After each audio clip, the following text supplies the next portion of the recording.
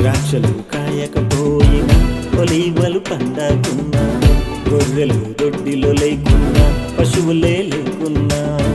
ద్రాక్షలు కాయకపోయినా ఒలీవలు పండకున్నా, గొర్రెలు దొడ్డిలో లేకున్నా పశువులే లేకున్నా. యెహోవా యందే ఆనందించెదను, రక్షణకర్త యందే సంతోషించెదను.